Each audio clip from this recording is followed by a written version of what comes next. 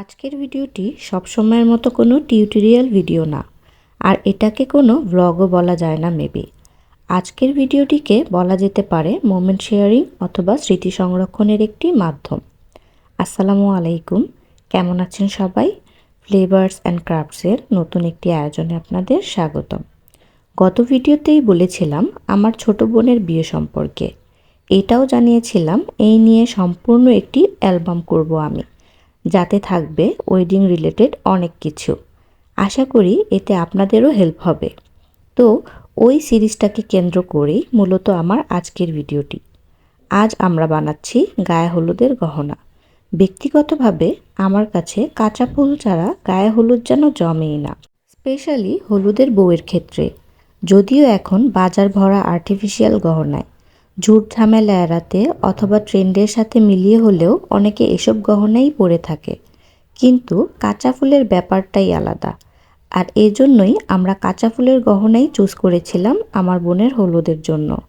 যেমনটা চাচ্ছিলাম অমন সিম্পল গহনা মিলমতো পাচ্ছিলাম না বলে শেষমেশ নিজেরাই গহনা বানানোর সিদ্ধান্ত নিয়ে নিলাম। আর আজকের এই গহনাগুলো কিন্তু আমি বানাচ্ছি না, এর সম্পূর্ণ ক্রেডিট আমার ননদের। আমি জাস্ট মোমেন্টটাকে ক্যামেরাবন্দি করলাম। ভিডিওটা শেয়ার করে রাখার অনেকগুলো কারণ আছে।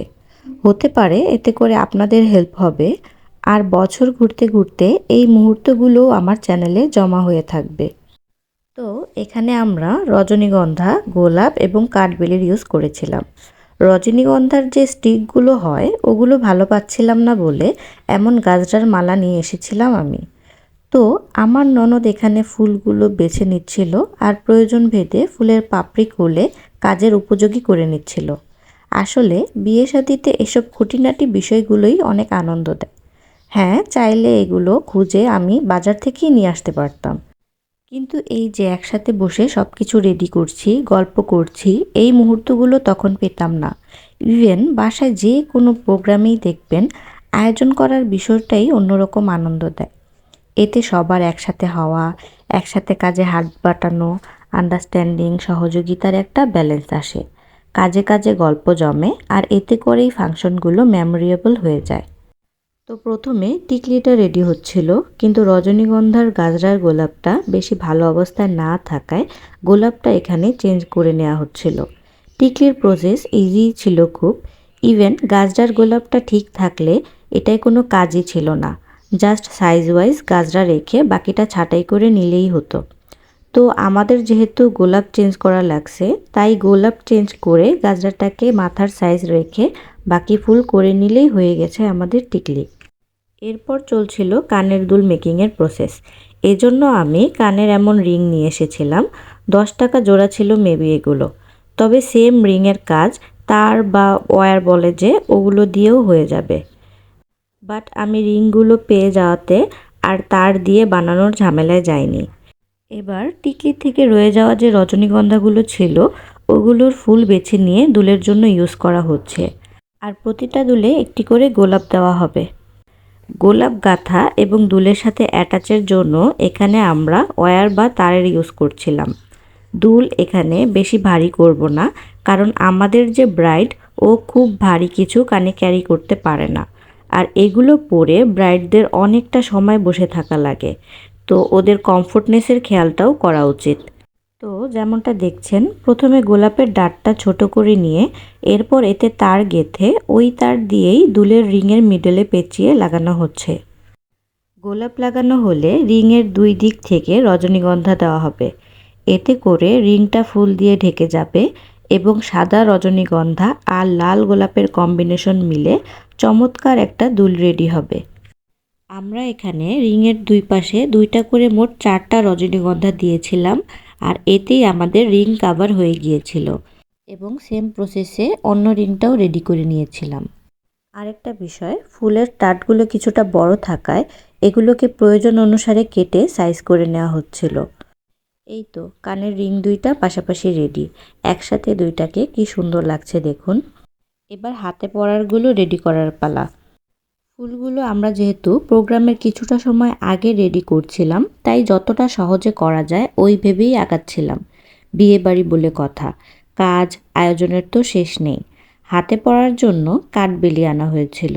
আসলে রজনীর গাজরাগুলো ইজিলি ভেঙে যায়, আর হাতের মুভমেন্ট যেহেতু বেশি থাকে তাই এখানে কাঠবেলির গাজরা আনা।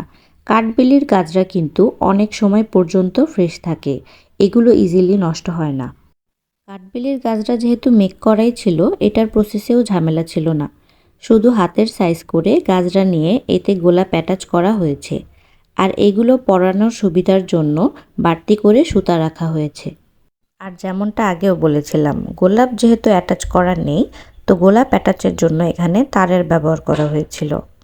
মাথার টিকলি রেডি, কানের জন্য রিংও রেডি এবং হাতে পরার ফুলও রেডি। এখন কি বাকি বলুন তো? ইয়েস, মোস্ট ইম্পর্টেন্ট, গলার জন্য মালা। আমার লাস্ট ভিডিওতে মনে আছে আপনাদের চকার রেডি করে দেখিয়েছিলাম? যারা এখনও দেখেননি বা এই সম্পর্কে জানেন না, দ্রুত দেখে ফেলুন আমার তৈরি করা ট্রেন্ডি মিরর চকারের ভিডিও। তো গলার জন্য যেহেতু চকার রেডিই ছিল, তাই ফুল দিয়ে আমরা লং মালা বানাবো ঠিক করেছিলাম। আর মিরর চকার এবং ফুলের ওই লং মালা মিলে খুব সুন্দর পেয়ার আপও হয়েছিল। তো শুরুতে মালার জন্য রজনীগন্ধার লাইন নিয়েছিলাম, কিন্তু ফুলের ডিরেকশন এবং প্লেসিং ঠিকঠাক হচ্ছিল না, তাই ওই মালাগুলো সব খুলিয়ে নিজেরাই রজনীগন্ধাগুলো গেঁথে নিয়েছিলাম। তো মালার দুই পাশের জন্য 2 লেয়ার করে রজনীগন্ধা গেঁথে নিয়েছি, আর মাঝে অফকোর্স গোলাপ থাকবে। আমরা রজনীগন্ধার ফুলের ডিরেকশন মালার উপরের দিকে থাকবে ঠিক করে এবার 2 পাশের লেয়ার গিট দিয়ে জোড়া দিয়ে নিচ্ছি। এরপর মাঝের গোলাপের লেয়ারিং রেডি হবে। মালার জন্য 2টা গোলাপের লেয়ারিং করেছিলাম মাঝে র্যান্ডম কিছু রজনীগন্ধা গেঁথে নিয়ে।